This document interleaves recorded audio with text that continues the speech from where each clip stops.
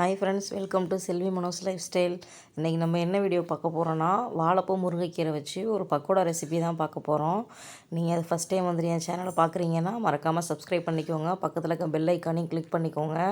அப்போனா என்னோடய வீடியோ எல்லாமே நீங்கள் வந்து பார்க்கலாம். வாங்க நம்ம வந்து இப்போ வீடியோக்குள்ளே போகலாம். இன்றைக்கி வாழைப்பூ பக்கோடா செய்கிறதுக்கு நமக்கு என்னென்ன பொருள் தேவை அப்படின்னா, பாருங்கள், வாழைப்பூ எடுத்து வச்சுருக்கேன். இது வந்து 2 பூவோட அளவு. 1 கப் முருங்கைக்கீரை எடுத்து வச்சுருக்கேன். 1 கப் கடலை மாவு எடுத்து வச்சுருக்கேன். ஒரு 1/4 கப் அரிசி மாவு எடுத்து வச்சுருக்கேன். அதுக்கப்புறம் வெங்காயம், பச்சை மிளகா, கருவேப்பிலை, பூண்டு ஒரு 4 பல் தட்டி வச்சுருக்கேன். பாருங்கள், பெருங்காயம் எடுத்து வச்சுருக்கேன். அவ்வளோதாங்க, நம்ம பக்கோடா செய்கிறதுக்கு எல்லா பொருளும் வந்துட்டு எடுத்துட்டோம். இப்போ இது எல்லாத்தையும் வந்துட்டு ஒன்று ஒன்றா சேர்த்து மிக்ஸ் பண்ணிடலாம்.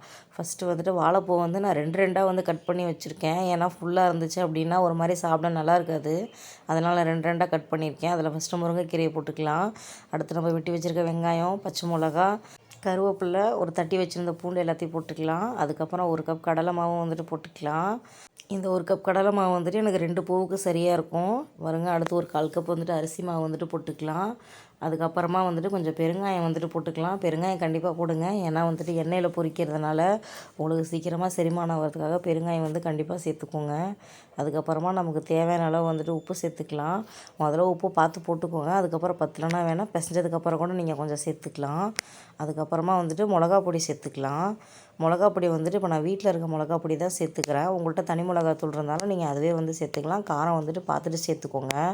எனக்கு பச்சை மிளகா பிடிக்குன்றதுனால நான் பச்சை மிளகா சேர்த்துருக்கேன். ஒருவேளை உங்களுக்கு பச்சை மிளகா பிடிக்காது அப்படின்னா நீங்கள் பச்சை மிளகா சேர்க்காம அதுக்கேற்ற மாதிரியே வந்து நீங்கள் மிளகா பொடி சேர்த்துக்கோங்க. பாருங்கள், எல்லாமே மிக்ஸ் பண்ணிடலாம். இப்போ நமக்கு வந்து அந்த கீரை அலசி வச்சுருக்கோம் பார்த்திங்களா, அதுலேயும் வந்து கொஞ்சம் தண்ணி இருக்கும். வாழைப்பூவும் நல்லா ஊற வச்சு தான் எடுத்துருந்தோம். அதுலேயும் கொஞ்சம் தண்ணி இருக்கும். ஃபஸ்ட்டு நம்ம அதுலேயே வந்துட்டு எல்லாத்தையும் கிளறி விட்டோம்னா கொஞ்சம் ஈரப்பதத்துலேயே வந்து நல்லா பிசைஞ்சிடலாம். அதுக்கப்புறமா நம்ம நிறையா தண்ணி ஊற்றாமல் கொஞ்சமாக மட்டும் தண்ணி விட்டுக்கலாம். ஏன்னா இது வந்து பஜ்ஜி போடுற மாதிரி பதத்தில் வந்துடக்கூடாது. அதனால் வந்துட்டு கொஞ்சம் பார்த்து கொஞ்சம் கொஞ்சமாக ஊற்றி பிசைஞ்சிக்கோங்க. ஒரேடியாக வந்துட்டு ஊற்றிடாதீங்க. பாருங்கள், நான் கொஞ்சோண்டு தான் தண்ணி ஊற்றினேன். அதுக்கப்புறம் எதுவுமே ஊற்றவே இல்லை. பாருங்கள், கரெக்டாக வந்துடுச்சு. இப்படி எடுத்து போட்டு பார்த்திங்கன்னா அப்படி இப்படி கொஞ்சம் விழுற மாதிரி இருக்கணும். அப்போ தான் வந்துட்டு பக்கோடா கரெக்டாக வரும். அவ்வளோதாங்க, பக்கோடா மாவு ரெடி ஆகிடுச்சு. இப்போ ஒரு வானலை வந்து அடுப்பில் வச்சு எண்ணெயை விட்டுருக்கேன். எண்ணெய் நல்லா காஞ்சதுக்கப்புறமா எடுத்து பாருங்கள், அப்படி அப்படியே போட்டுருங்க. ரொம்ப அப்படியே உதிராக போடணுன்னு இல்லை. அப்படியே கொஞ்சம் கொஞ்சம் போட்டோம் அப்படின்னா அதுவே வந்துட்டு வந்துடும். நீங்கள் வந்துட்டு அப்படி தனியாக வந்துட்டு போட்டதுக்கப்புறமா உடச்சி விடணும் அப்படின்லாம் இல்லை. அதுவாகவே வந்துட்டு நல்லா பிரிஞ்சு வந்துடும். நீங்கள் அதனால் உங்களுக்கு எவ்வளோ அளவு தேவையோ நீங்கள் அவ்வளோ அளவு போட்டுக்கோங்க. ஒன்றோட ஒன்று ஒட்டிட்டு அப்படிலாம் இருக்காது. பாருங்கள், நல்லா வந்துட்டு வெந்துட்டுருக்குது.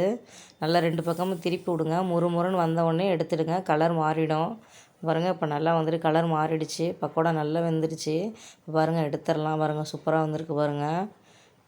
அப்படியே உங்களுக்கு ஆனியன் பக்கோடா விட அது ரொம்ப டேஸ்ட்டாக இருக்கும். ரொம்ப ஹெல்த்தியாகவும் இருக்கும். உள்ளே வாழைப்பூ இருக்கிற அந்த துவர்ப்பே உங்களுக்கு தெரியாது. நீங்கள் சாப்பிட்டு பாருங்கள், உங்களுக்கு ரொம்ப பிடிக்கும். இந்த மெத்தடில் செஞ்சீங்க அப்படின்னா இதை வந்து நீங்கள் ஈவினிங் ஸ்நாக்ஸாக சாப்பாட்டுக்கு தொட்டுக்க குழந்தைங்களுக்கு கொடுத்து அனுப்பலாம். குழந்தைங்க வீட்டில் செஞ்சீங்கன்னு சொன்னால் நம்பவே மாட்டாங்க. அவ்வளோ சூப்பராக இருக்கும். நீங்கள் ஒரே ஒரு டைம் ட்ரை பண்ணி பாருங்கள்.